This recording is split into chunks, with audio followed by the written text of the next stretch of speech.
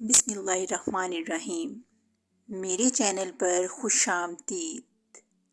کہانی سننے سے پہلے میرے چینل کو سبسکرائب کر دیں، بیل آئیکن کو بھی پریس کر دیں تاکہ آنے والی ویڈیو سب سے پہلے آپ کو ملے۔ چلے کہانی شروع کرتے ہیں۔ ایک دفعہ کا ذکر ہے کہ کسی ملک میں ایک بادشاہ حکومت کرتا تھا۔ وہ بڑا رحم دل اور صحیح انسان تھا۔ بدقسمتی سے اس کی کوئی اولاد نہ تھی۔ ایک روز بادشاہ بڑا اداس اپنے جروکے میں بیٹھا ہوا تھا کہ ایک فقیر کا ادھر سے گزر ہوا۔ بادشاہ نے اس بزرگ فقیر کو اپنا دکھ سنایا۔ بادشاہ کی دکھ بھری داستان سن کر فقیر نے اپنی جولی میں سے ایک تر و تازہ گلاب کا پھول نکالا، پھر بادشاہ کو دیتے ہوئے کہا، بادشاہ سلامت، یہ پھول ملکہ کے کمرے میں رکھوا دینا۔ اتنا کہہ کر فقیر چلا گیا۔ بادشاہ نے وہ پھول ملکہ کے کمرے میں رکھوا دیا۔ تھوڑے ہی عرصے بعد ملکہ کے یہاں ایک حسین و جمیل شہزادی پیدا ہوئی۔ شہزادی کے بال دھوپ کی سنہری کرنوں کی مانند سنہرے اور بدن پھول کی طرح نازک تھا۔ اسی لیے ملکہ اور بادشاہ نے شہزادی کا نام پھول رکھا۔ وقت گزرتا گیا۔ جب شہزادی 16 برس کی ہوئی تو بادشاہ نے بہت بڑا جشن کیا۔ اس جشن میں بہت سے ملکوں کے بادشاہ کے شہزادے اور راجکمار شامل ہوئے۔ اس دن پھول شہزادی نے ہیروں کے خوبصورت زیورات اور سرخ رنگ کا بڑا ہی پیارا لباس پہنا۔ اس وقت شہزادی اتنی حسین اور خوبصورت لگ رہی تھی کہ کوئی بھی شخص تعریف کیے بغیر نہ رہ سکا۔ اسی دن شہزادی کی منگنی ہوئی تھی۔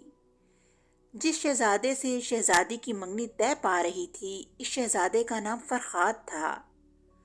مصیبت یہ تھی کہ اس شہزادے کے ساتھ ایک جادوگرنی شادی کرنا چاہتی تھی، جو کہ شہزادے کے محل میں ایک خوبصورت لڑکی کا بیس بدل کر رہ رہی تھی۔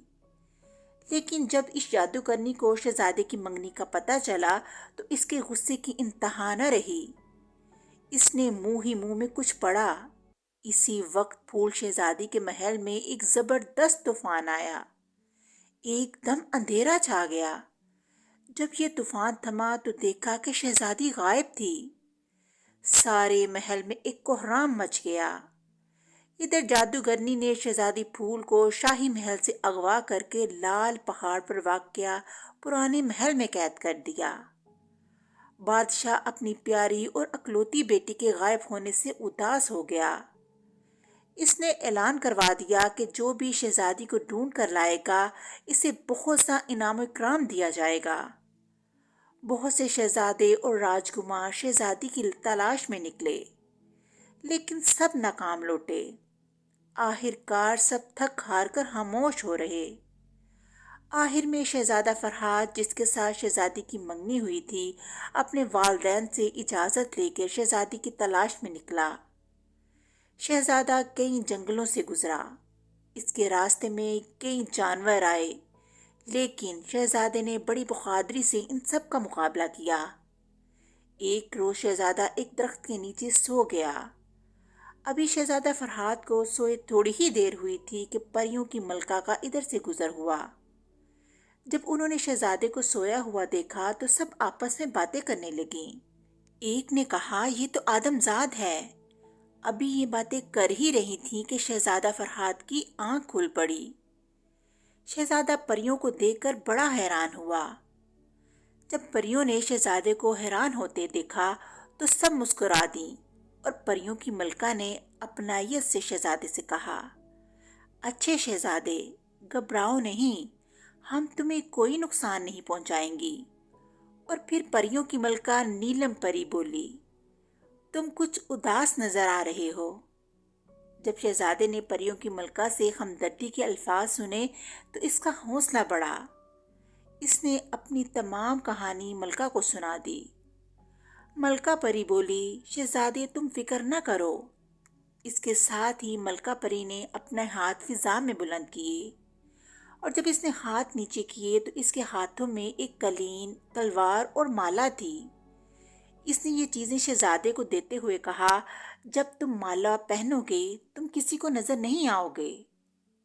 اور جب تم قلین پر بیٹھ کے جہاں جانے کا نام لو گے وہیں پہنچ جاؤ گے، اور یہ تلوار تمہارا ہر جگہ ساتھ دے گی۔ اتنا کہہ کر پریاں غائب ہو گئیں۔ شہزادے نے تینوں چیزیں سنبھالی اور انجان منزل کی طرف چل پڑا۔ چلتے چلتے شہزادہ فرہاد ایک گھنے جنگل میں پہنچا اور کچھ دیر سستانے کے خیال سے وہ ایک درخت کے نیچے بیٹھ گیا۔ ابھی شہزادے کو وہاں بیٹھے تھوڑی ہی دیر ہوئی تھی کہ اسے جھاڑیوں سے کسی کے قدموں کی آہٹ سنائی دی۔ شہزادہ ایک دم چونکا اور اس نے پری کی دی ہوئی مالا پہن لی تاکہ وہ کسی کو نظر نہ آ سکے۔ شہزادے نے دیکھا کہ ایک نہایت خوفناک شکل کی عورت جھاڑیوں سے نکل رہی ہے۔ پہلے تو شہزادہ اس عورت کو مارنے لگا، لیکن پھر کچھ سوچ کر شہزادہ فرہاد نے اس کا پیچھا کرنا شروع کر دیا۔ دراصل وہ جادوگرنی ہی تھی۔ شہزادہ اس کے پیچھے چل پڑا۔ کچھ دور چلنے کے بعد جادوگرنی لال پہاڑ کے پیچھے چل پڑی۔ شہزادہ بھی اسی طرف چل دیا۔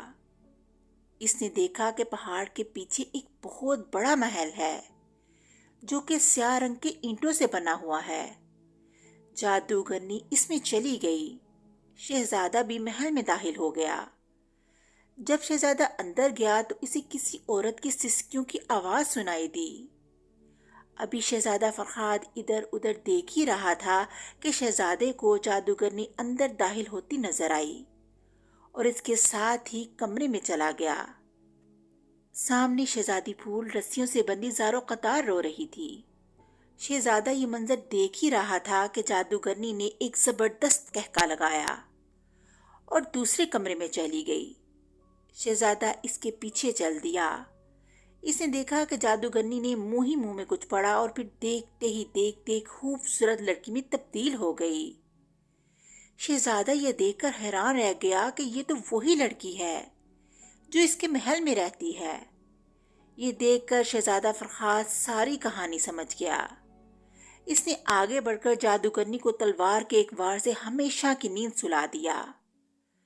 جادوگرنی کے مرتے ہی وہاں سے لال پہاڑ اور محل غائب ہو گیا اور شہزادی پھول اور شہزادہ فرہاد ایک میدان میں اکیلے کھڑے تھے۔ شہزادی شہزادے کو دیکھ کر بہت حیران ہوئی۔ شہزادے نے شہزادی کو ساری کہانی سنائی اور پھر دونوں ملکہ پری کے دیے ہوئے قلین پر بیٹھ کر شہزادی کے محل پہنچ گئے۔ بادشاہ اور ملکہ کی خوشی کا کوئی ٹھکانہ نہ تھا۔ کئی دن تک ملک میں چراغاں ہوا، غریبوں میں کھانا تقسیم کیا گیا، خزانوں کے منہ کھول دیے گئے۔ کئی دن تک ملک میں جشن ہوتا رہا اور کچھ دنوں بعد شہزادی پھول اور شہزادہ فرہاد کی شادی ہو گئی اور یوں سب ہنسی خوشی رہنے لگے۔ اس طرح کہانی کا اختتام ہو گیا۔ اگلی کہانی کے ساتھ پھر ملیں گے، تب تک کے لیے اللہ حافظ۔